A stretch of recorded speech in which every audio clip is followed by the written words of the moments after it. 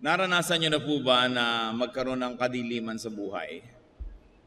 Many people experience darkness like confusion, fear, hopelessness, uncertainty, sorrow, grief, meaninglessness, lifelessness.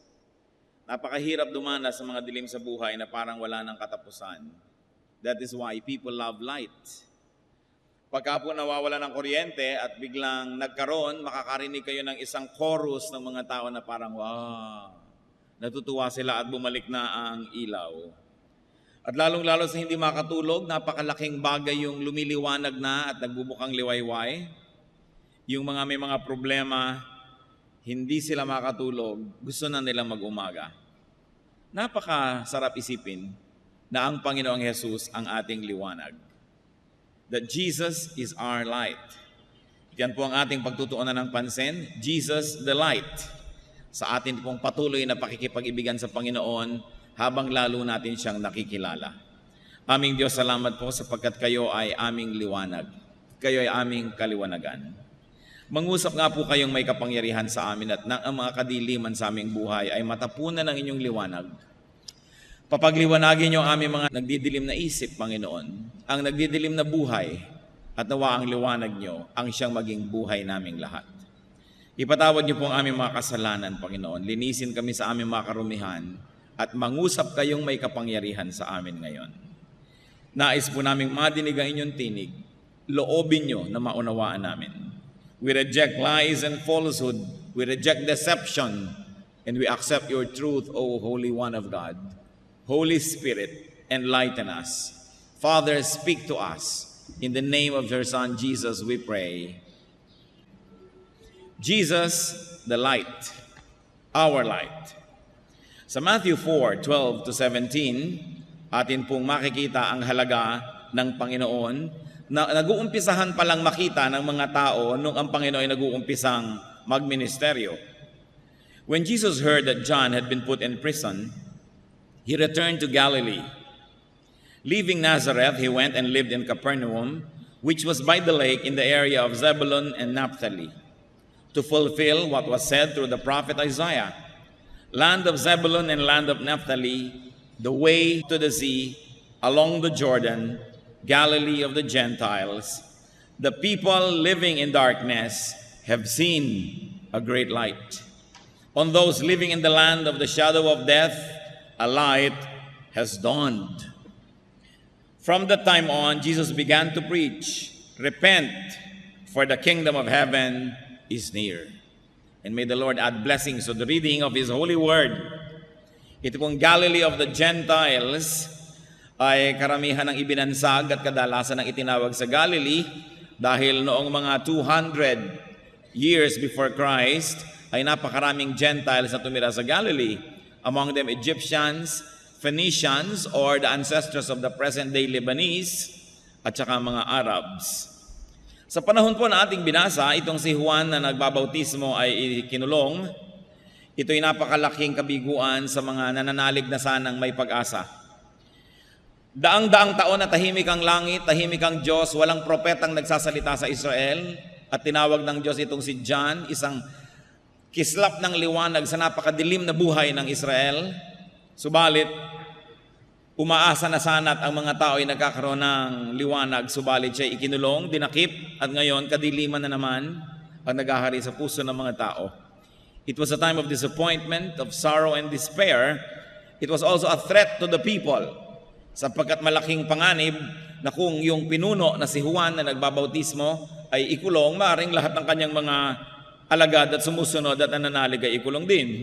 Therefore, it was a time of darkness. At the time, Jesus left Nazareth and moved to Capernaum to live there. Makikita po natin na hindi naman madali sa kanyang gawin yon, subalit siya ay lumipat sa lugar na ito to fulfill prophecy. Yun pong binasa natin na Matthew 4:15-16 ay isang alingaw-ngaw lamang or echo ng Isaiah 9:1-2. At sa Luke 2:32, inuulit po ang temang ito, a light for revelation to the Gentiles and for glory to your people, Israel. Ito po yung reference sa Panginoong Jesus. So who were the Gentiles? They were geographical Gentiles. Yung mga nakatira sa mga lugar na maraming hindi anak ng Israel, at marami naman kahit anak ng Israel, spiritual Gentiles.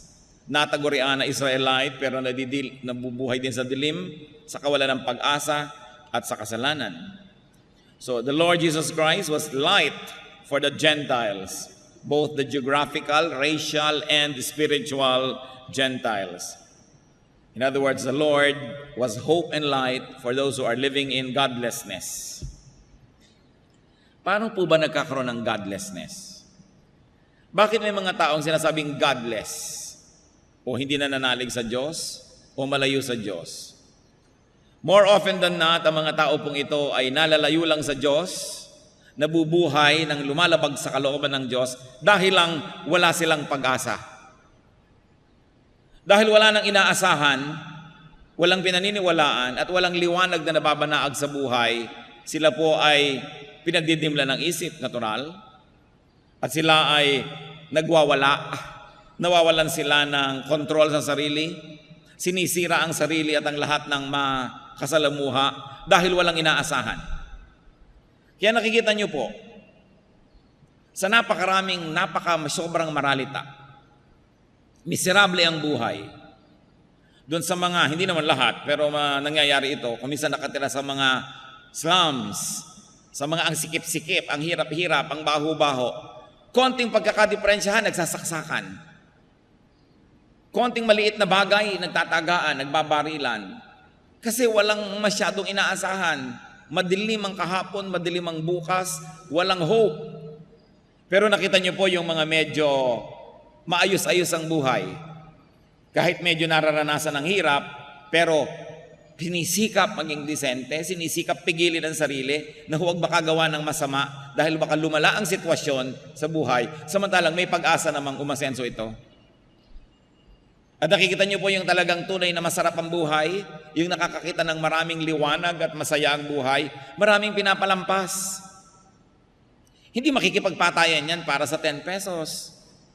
Hindi makikipagbarilan dahil sa maliit na bagay dahil iniisip niya, I have so much to lose, there is so much to enjoy, why will I live in a godlessness state? In a godless state. Kaya po ang tinatawag natin mga taong hindi maka-Diyos, malayo sa Diyos, wala lang kasing pag-asa at inaasahan. Kaya ang ating dapat ginagawa, nagiging munting liwanag tayo ng sanlibutan. Kaya ang sabi, you are the light of the world. At kung yung mga taong maiinitin ng ulo, papatay sa kahit konting halaga lamang, sa isang cellphone ay papatay o magpapakamatay dahil wala nang malaking inaasahan sa buhay, kung tayo magbibigay sa kanila ng pag-asa, liwanag, lakas ng loob, sila ay magiging mas makadiyos. Kaya mahalagang unawain po natin kung sino si Jesus. Siya ay liwanag ng sanlibutan. Dapat dinadala natin ang liwanag na yon kanino man. That we, the people of God, must preach hope instead of condemnation, instead of issues.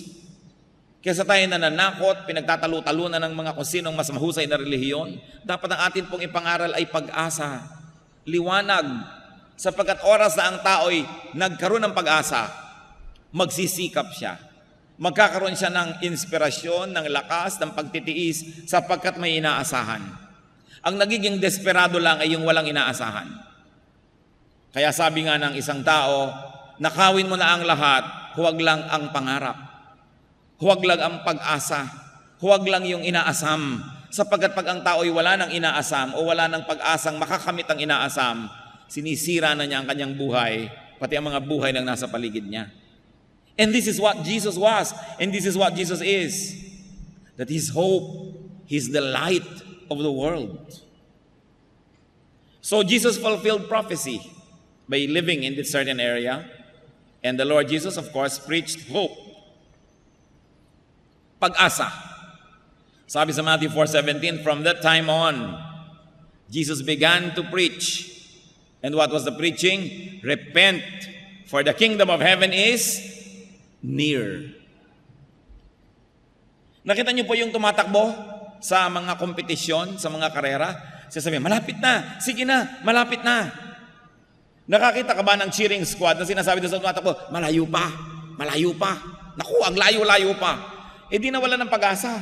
Pero pag sinabi mong malapit na, konting tiis, abot kamay na, pwede mo nang maging totoo ang inaasahan mo. Lumalakas ang loob at lumalakas ang katawan.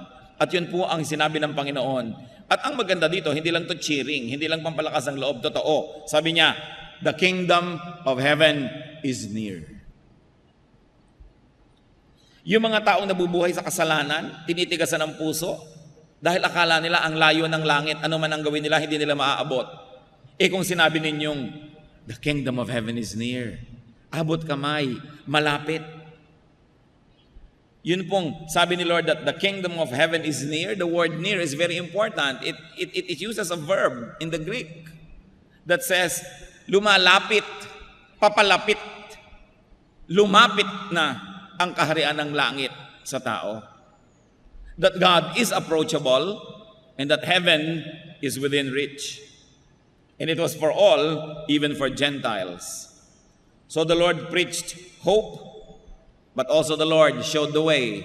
He preached repentance as the way to hope. Sabi niya may pag-asa. Anong pag-asang yan? Paano ko maaabot ang langit? Through repentance. Pagsisihan ang kasalanan. Hindi na po sinabing pagbayaran ang kasalanan, kundi pagsisihan. Sapagkat kung sasabihin mo na naman sa mamamatay tao, kung sasabihin mo sa nangangalon niya, sasabihin mo sa magnanakaw, sa sinungaling, sa mayabang, pagbayaran mo ang iyong mga kasalanan at lumalapit na ang langit, baka hindi rin sila magkaroon ng lakas ng loob. Sasabihin nila, aba hindi ko kayang bayaran sa dami na. Pero ang itinuro po ng Panginoon, repent. Pagsisihan mo. Magbalik loob ka sa Diyos at ang langit ay mapapasayo. So what is so lovable about Jesus? The Lord Jesus fulfilled prophecy. He validated the prophets and Himself. Pinatotohanan niya ang sinasabi ng mga propeta. And what else? Once validated, naging madali na para sa mga taong paniwalaan siya. So 2 Peter 1:18-19, we ourselves heard this voice that came from heaven when we were with Him on the sacred mountain. And we have the word of the prophets made more certain. And you will do well to pay attention to it as to a light shining in a dark place until the day dawns and the morning star rises in your hearts. Sinasabi po dito, lalong luminaw sa amin ang mga sinabi ng mga propeta noon ay medyo malabo sapagkat mga talikhaga. Subalit dahil pinatotohanan ni Jesus, naging malinaw. Kaya dapat na nating pansinin ang liwanag na ito na dumadating sa ating buhay. Hindi po basta na lang sumulpot ang Panginoon at nagturo ng mga bagong mga ideya. Siya po ay inaglagay sa kanyang sarili sa ilalim ng prophecy. Kaya pinatotohanan niya yung mga nauna sa kanya at yung mga nauna sa kanya naman ang nagpatotoo sa kanya. Even today, brothers and sisters, it is important to check teachers, to check teachings against prophecy and the Bible. Pag meron nagtuturo, tingnan mo, yan ba yung sinabi sa prophecy? Yan ba yung nasa Bible? Dahil ang Panginoon man, ginawa niya po yung Bible at yung prophecy na reference para mapatotohanan kung sino siya at kung anong sinasabi niya. Huwag kayong padadala-dala kahit kanino na lang na that saith the Lord. Sabi ng Panginoon, nagkaroon ako ng vision. Kailangan i-check sa Bible sapagkat napakadaling dayain ang puso ng tao, maski malinis. Maski sinasabi niya, hindi ko gustong mandaya, propeta ako, pero siya pala ang nadaya. Kahit hindi niya intensyong mandaya, baka nilalagnat lang siya. Kaya ang mahalaga laging chinecheck because even the Lord had Himself validated by prophecy. Kaya ang sabi sa Galatians 1:8-9, tungkol sa mga bagong katuruan, but even if we or an angel from heaven should preach a gospel other than the one we preach to you, let him be eternally condemned. As we have already said, so now I say again. If anybody is preaching to you a gospel other than what you accepted, let him be eternally condemned. Sabi po ng maakda ng Galatians, kung may magtuturo pa sa inyo ng ibang daan ng kaligtasan, liban sa naituro na sa inyo dito sa Biblia, ay sumpain ang nagtuturo na yun. Ito nang naisulat, yun na, wala nang iba. Huwag nang dagdagan pa. Laging i-check, nasa Bible ba yan? Sinabi ba yan sa Bible? Pag may nagkiklaim, ganito pong gawin natin. Ganitong ginawa ko sa buhay ko, so gawin nyo rin sa buhay nyo. Sabi niyo, teka, sa kanyang buhay, baka totoo, pero sabi ba sa Bible, para sa lahat ng tao yun? Pag may nagsabi sa inyong, alam nyo, 31 araw akong nag-ayuno at sinagot ang aking dalangin. Therefore, 31 araw din kayo mag-ayuno para sagutin ang dalangin nyo. Teka, sabi mo, sa'yo siguro nag-work personal. But does your personal experience become a universal truth to everybody? So you check the scripture. Sinabi ba sa Bible na para sa lahat yon? O baka man para lang sa kanya? Kung para sa kanya, paano natin pabubulaanan? Nag-work naman talaga sa kanya. Pero hindi ibig sabihin mag-work sa lahat ng tao. That's why we should be careful with our testimonies. Ang testimony ay personal lang. Noon pong yung anak ko may sakit, sabi sa akin ng Espiritu ng Diyos, huwag mong ipadoktor, akong maggagamot. At gumaling po talaga ang anak ko. Eto siya, palakpakan naman ng lahat ng tao. Therefore, pag may sakit po ang anak nyo, huwag nyo ipapadoktor.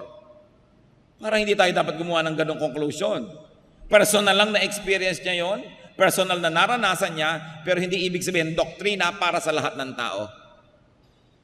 Para maging doktrina sa lahat ng tao, kailangan makita mo sa Biblia ang sinabi nga, at ito'y para sa lahat, lahat ay dapat sumunod dito.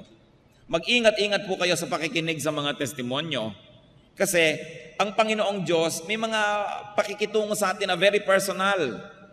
Binibigyan ka ng ideyang ganito, gusto kanyang pagpalain na ganon, pero hindi ibig sabihin pwedeng kopyahin ng lahat ng tao.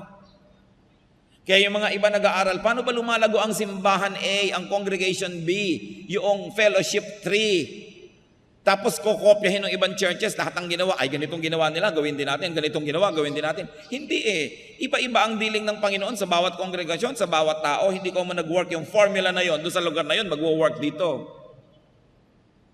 Hindi universal yon, personal lang. Kaya mahalaga, yung kilala natin ang salita ng Diyos, ilalapat natin doon yung mga claims ng mga tao. Dahil kuminsan madali tayong mapapaniwala, lalo't nakita natin totoo nga, effective sa buhay ng iba. Gumagaling sila sa sakit nila, o yumayaman sila, o sumasaya sila. Sabi ng isa, alam nyo, ako nag-pray, 9 na Biyernes, alas 3 ng umaga, bumalik ang asawa ko. Hindi ibig sabihin lahat ngayon ang iniwan ng asawa ay magdadasal lang gano'n, babalik din. Do not make doctrines out of personal experiences. It's purely personal. Make doctrines only out of those that are validated by the Bible. Kailangan yun. Ipinakakadiin-diin ko po ito dahil kuminsan tayo nagiging emosyonal. Gusto nating kopyahin yung biyaya na natanggap ng kapwa natin. Iba-iba ang pakikitungo sa atin ang Diyos. Personal. Katulad ng iba-iba ang ating mga fingerprints. Walang magkakamuka. Napakahalaga po yun na atin ding i-appreciate tungkol sa Panginoong Jesus that He submitted Himself to prophecy. Kung siya nga nagpa-validate sa Scripture, lalo naman tayo dapat. Also, the Lord Jesus lived among the hopeless. Very important. Yung mga walang pag-asa, yung mga kasalanan, yung isinusuka ng lipunan, yung mga outcast, doon nakisalamuha ang Panginoon. Nakisangkot siya sa kanilang buhay. Hindi lang siya nakisalamuha, hindi lang nakihalubilo, hindi lang nakipagbabutihan, siya ay nakipagpalagayang loob, nakisangkot, nakisama, nakiisa sa pagdurusa ng mga tao. Kaya ang sabi sa John 1:14, the Word became flesh and made His dwelling among us. We have seen His glory, the glory of the one and only, who came from the Father, full of grace and truth. Luke 19:10, for the Son of Man came to seek and to save what was lost. And Luke 5:31, Jesus answered them, it is not the healthy who need a doctor, but the sick. Kasi kinikriticize siya, bakit ka nakikipagmabutihan sa mga makasalanan? Bakit ka nakikihalubilo sa kanila? Sabi niya, ang mga may sakit ang nangangailangan ng doktor, hindi ang mga magagaling. Kaya ako ay nakikisalamuha sa mga kapuspalad, sa mga kawawa, sa mga walang pag-asa. Kaya po sobrang kaibig-ibig ang Panginoon. Di po ba pag kami mga sawimpalad, halos ayaw nating puntahan, ayaw nating makihalubilot, baka kamautangan, baka kamahingan, ayaw mong masyadong makipagkwentuhan ng mahaba dahil baka dumaing, baka mamaya masangkot ka sa mga problema niya. Kasi yun ang selfish human nature. But the Lord shows us the way. Siya mismo ang gumawa ng paraan umalis sa langit, tumira sa lupa, makasama ng tao, at among the people, ang hinanapan niya, yung mga pinakaaba, pinakakawawa, pinakawalang pag-asa. And He became the light in darkness. He became the light to people. At ang kanyang isang description sa kanyang sarili, John 9:5, I am the light of the world. Ano po ba yung light? Light, of course, equals life. Kahit sa biology, alam natin na kung walang photosynthesis, walang liwanag galing sa araw, walang halaman. Kung walang halaman, walang kakainin ng hayop. Kung walang kakainin ng hayop, walang kakainin ang kapwa hayop na kumakain ng hayop at taong kumakain ng hayop. Paano magkakaroon ng buhay? Light is warmth. Kaya nakita nyo, pag kami mga premature na ipinanganak na mga baby o kaya mga bagong mga sisiw, may liwanag para uminit at sila ay patuloy na mabuhay. Light is guide. Sa gabing madilim, ano po ang naging guide ng mga wise men para mahanap ang Panginoong Jesus? Bituin, liwanag. At kahit sa mga madidilim na auditorium, may mumunting mga liwanag sa hagdanan para hindi ka mahulog at matapilok. Because light is guide. Therefore, light is bridge. Bakit po ang layo-layo nyo, pag tiningnan ko kayo at tiningnan nyo ako, tayo nagkakaroon ng tulay, nararamdaman kong mararamdaman nyo, makararamdaman nyo ang nararamdaman ko, magkakasenyasan tayo, nagkakabasahan tayo ng isip, dahil may liwanag. Kahit ang layo natin, pag may liwanag sa pagitan natin, may tulay para tayo magkita. Kahit nga nandun sa buwan ang layo-layo, makikita mo. Dahil may liwanag. Pero subukan nyo mawala ng liwanag, kahit ang lapit, hindi nyo makikita. Ganun kahalaga ang liwanag. And because also light is beauty. Kaya nakikita nyo po yung mga neon lights, yung mga Christmas lights, yung mga lighting effects. Light is beauty. At napakaganda ng description sa Panginoon. If you are in darkness, if you are discouraged or hopeless, or if someone close to you is in darkness and hopeless, especially if it's you, the Lord wants to live in you. Ito po ang mensahe na sinasabi doon. Nung siya ay tumira among the Gentiles, gusto niya na makipagmabutihan, makiisa doon sa mga nawawala ng pag-asa, sa mga may kadiliman at pinagdidimlan. Kung kayo po ay nasasabing may dilim ang buhay ko, kayo ang gustong-gustong puntahan ni Jesus. Kung sinasabi ko yan, ako ang gustong-gustong puntahan niya, sapagkat ang liwanag ay talagang naghahanap ng dilim kung saan siya magkakaroon ng kahulugan. Matthew 11:28, come to me all of you who are weary and burdened, and I'll give you rest. Dapat ang ibinibigay ng relihiyon, rest. Kung talagang magiging espiritual ang relihiyon at magiging Kristiyano. Pero hindi, kadalasan, pampapagod ang relihiyon. Because religion will blackmail you, will scare you into working so hard so that religion can use you and exploit you. Pero ang sabi ni Lord, I'll give you rest. Payapa dapat ang iyong loob. Pagod man ang iyong katawan, dapat tahimik ang iyong kalooban kung ang Panginoon ay nasa iyo. At sabi sa 1 Peter 5:7, cast all your anxiety on Him because He cares for you. What was so precious about the declaration of the Lord, even to the Gentiles? The Lord declared the nearness of the kingdom of God. He declared the nearness. Nakikita po natin na malayo ang Diyos sa mga may kasalanan. Malayo sa tingin lang nila. Pero sabi ng Panginoon, hindi yan totoo. Malapit ako. Paano? Maraming religious person, ang layo-layo nila doon sa makasalanan, iwas ng iwas. Ayaw nila makihalubilo. Katulad ng panahon ng Panginoon, siya ay lagi na lamang na nasusumbatan, pinapagalitan at nakikriticize dahil nakikipagmabutihan siya sa mga makasalanan. Akala tuloy ng mga makasalanan, yung mga relihiyosong tao, ang representative ng langit dahil malayo sa kanila, therefore malayo sa kanila ang Diyos. Kaya ipinakita po niya ng Panginoon na siya ay nakisalamuha. Hindi dapat tayong puro pagpapahirap sa kapwa ang ginagawa natin. Alam mo, para ka matanggap ng Diyos, dapat ganito, dapat ganyan, dapat ganyan. Ang dami natin binibigay na requirement. Ang sinasabi ni Lord, repent. Magsisi. Pagsisihan ng mga kasalanan. At abot kamay lamang ang langit. The Lord Jesus Christ brought heaven near to us. Kaya yung ipinapanalangin nating, Thy kingdom come, mapasa amin ang kaharian mo, no? Dumating dito sa lupa ang nandoon sa langit. Ito'y nangyari sa Panginoon. Kaya ang tanong ito mga kapatid, malapit po ba sa puso natin ang langit? Tayo ba'y may kasiyahan, kagalakan, pag-asa, kapayapaan, o baligtad, o wala? Kasi kuminsan kahit may relihiyon ka, kahit karelihiyoso, parang malayo ang langit. Ang kailangan natin ay namnamin, unawain ang ibig sabihin ni Jesus, that the kingdom of heaven is near. That is why Matthew, Mark, Luke are called Gospels. Maging ang John. Kasi good news. What is the good news? The kingdom of heaven is near.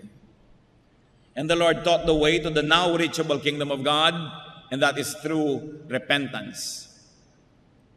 To turn away from sin and to turn to the living God. Repentance is a central theme of the New Testament. Yan talaga po ang tema ng New Testament. So, why is Jesus lovable? Because Jesus came from heaven to earth to be the light of the world. And because of Jesus, life can be bright. Ano po ba ang mga kadiliman sa ating buhay? Saang lugar ba ng buhay natin tayo pinagdidimlan o parang kulang sa liwanag? Remember that the Lord Himself is the light of the world. That the Lord is the righteousness of the sinners, the hope of the hopeless. Romans 8:31 to 34. What then shall we say in response to this? If God is for us, who can be against us? He who did not spare His own Son, but gave Him up for us all, will He not also, along with Him, graciously give us all things? Who will bring any charge against those whom God has chosen? It is God who justifies. Who is he that condemns? Christ Jesus, who died, more than that, who was raised to life, is at the right hand of God and is also interceding for us. So dapat wala na ang taong nasa Panginoon na nawawala ng pag-asa. Kung minsan pinanghihinaan ka lang ng loob, pero hindi dapat nagtatagal. Sabi nga ni Martin Luther, you cannot stop birds from flying over your head, but you can stop them from nesting in your hair. Hindi mo nga naman mapipigil ang ibon na lumipad sa ibabaw ng ulo mo, malaki ang himpapawirin, pero pwede mong pigilan yan na dumapo sa ulo mo at magpuga doon. Ganon din ang mga discouragement, ganon din ang hina ng loob, ganon din ang temptation. Hindi mo mapipigil na dumadaan. Kuminsan, bigla na lamang manghihina ang loob mo, bigla ka nalang matatakot. Pero dapat sandali lang yon sa mga anak ng Diyos. Kasi maaalala mong may Kristo, may Jesus, may liwanag, may pag-asa. Kaya nabibigatan ng tao dahil binubuhat niyang mag-isa ang mga dapat niyang ibigay sa Panginoon. Kaya nabibigatan ng tao, sinisikap niyang lutasin ang problema bukas ng mga pagpapalang para lang sa mga problema ngayon. Kinakapos tuloy, kapos bukas, kapos din ngayon. Today's sorrows will have enough graces from God. Today's needs will have enough supplies from God. Tomorrow will have a problem of its own, and tomorrow will have a supply of its own. Yang sinasabi, give us this day our daily bread. Hindi naman sinabing give us this day our weekly bread. Give us this day our monthly bread. Tapos iniisip mo, paano next month? Gagastos na naman ako. Magbabayad na naman ako ng rent. Bibili na naman ako ng gamot. Next month, nandun pa rin ang Diyos. Ang harapin mo lang yung ngayon, yung nandito, dahil kasama mong Diyos ngayon, ipinangako niya yon. Bakit mo lagi na lang iniisip yung bukas? Hindi naman masama siyempre mag-save kung kaya nyo. Mag-impok para sa bukas, maghanda. Pero huwag niyong pag-alalahanan, lalo't wala naman kayong hawak, wala kayong magagawa, wala pala. Ano ngayon ang iniisip nyo? Wala pala eh. Mag-isip lang kung meron, kung wala, anong gagawin nyo? Alalahanin nyo, God is here today, God will be there tomorrow. Because God is always constantly on our side. Kaya lang tayo pinanghihinaan ng loob at tinitingnan natin yung problemang malaki. Hindi natin tinitingnan yung mas malaking solusyon, ang Panginoong Yesus. Kaya tayo natatakot sa dilim, yung kaprasong dilim ang ating naiisip, nalilimot nating may liwanag kung gusto lang natin. Marami po mga bahay ang didilim, buksan lang ang bintana, lumiliwanag na. Pero kasi nakasara ang mga bintana. O kaya nagdidilim ang buhay, ang dilim, ang dilim, ang dilim. Nakapikit ka kasi, dumilat ka. At marami mga tao nakapikit kahit bukas ang mata. Walang liwanag. O ang liwaliwanag nadidiliman kasi pagkakapal-kapal ng dark glasses na suot. Maliwanag po, may pag-asa. Baka may suot lang kayong madidilim na salamin. Kaya dapat tanggalin. Kumisan ang liwaliwanag, ang ganda-ganda ng view, hindi makita kasi may cataract. So ooperahan, tatanggalin ang cataract. Maraming nakatakip sa liwanag ng Diyos sa ating buhay. Kaya tuloy tayo nagdidilim. Kaya tayo may mga kadiliman. Remember that Jesus is light.